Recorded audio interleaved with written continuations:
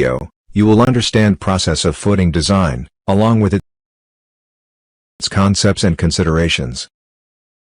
Let's take a look at the overall design process of foundations, which you have learned in the previous videos. The main steps are assessing the conditions on the site of construction, calculating the anticipated loads from the superstructure, choosing the right type of foundation to be used, and, finally, designing the footing at the end. The design of the footing essentially involves determining the following parameters: area and thickness of the footing, the materials for the concrete and reinforcement to be used, and the detailing layout of the reinforcement bars. Now, for the reinforcement bar detailing, the analysis on the footing area has to be in a region along one particular direction, at one time. For this, the concepts of design strips are used. These design strips create regions within a slab, for accurate analysis, design, and detailing. They are used for analyzing flexural results in a slab area, along the length of the design strip. They are also used for designing reinforcement bars, in the slab direction. The analysis results, like shear force or bending moment in a slab, vary along the design strip length. The same number and size of reinforcing bars will be used for the entire design strip. So, this should be considered when defining the boundary for a particular strip. There are two types of design strips in a footing slab. They are column strip and middle strip. The column strip runs through the center line of collinear columns. The strip panel extends by 1/4 length, on both sides of the center sides. The middle strips, as the name suggests, occupies the middle half of the span between columns. The addition of middle strips essentially acts as a tool to reduce the column strip widths. Reduction of column strip width provides finer accuracy for the force resultants in the strip, as compared to using just one wide column strip.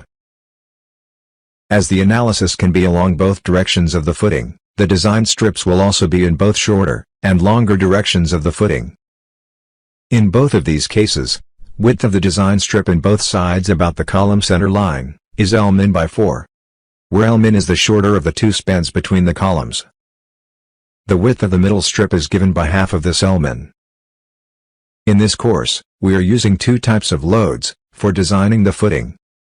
As per IS 456, two combinations of these loads have to be considered for the design process. One is the ultimate load, where you will consider 1.5 times of dead load, and 1.5 times of live load or imposed load. Second is the service load, which considers 1 unit each of dead and live loads. A load case defines how load patterns are applied, how the structure responds, and how analysis is performed. For each analysis to be performed, a load case is defined. Each load case may apply a single load pattern, or a combination of load patterns. The load cases available in SAFE, for footing slab analysis, are as follows. The default setting of static is the most common choice.